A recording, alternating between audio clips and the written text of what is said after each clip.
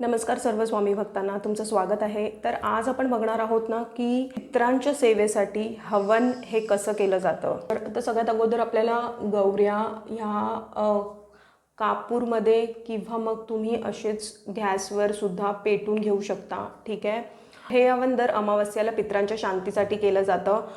तर ह्यामध्ये तुम्हाला पितृसूक्त, ठीक आहे, पितृसूक्ताचा पाठ करायचा आहे, दक्षिण मुख करून बसायचं आहे, ठीक आहे। त्यानंतर मग तुम्हाला हात जोडून पितृसूक्त क्रमांक 1 मला हात जोडून म्हणायचा आहे, ठीक आहे। त्यानंतर क्रमांक 2 ते 15 तुम्हाला काळे तीळ हे तुम्ही गाईच्या शुद्ध तुपात काळे तीळ तुम्हाला मिसळून घ्यायचे आहेत, ठीक आहे। आणि त्यानंतर तुम्हाला पितृसूक्त क्रमांक 2 ते 15 हे म्हणायचं आहे आणि तुम्हाला एक एक आहुती चमच्याने द्यायची आहे, ठीक आहे। तर तुम्हाला स्वधा असं म्हणायचं आहे आणि आहुती द्यायची आहे आणि क्रमांक 16 ते 18, ठीक आहे, हे पुन्हा तुम्हाला हात जोडून वाचायचे आहे। प्रत्येक श्री स्वामी समर्थ सेवेकरांनी ही सेवा करून अनुभव घ्यावा।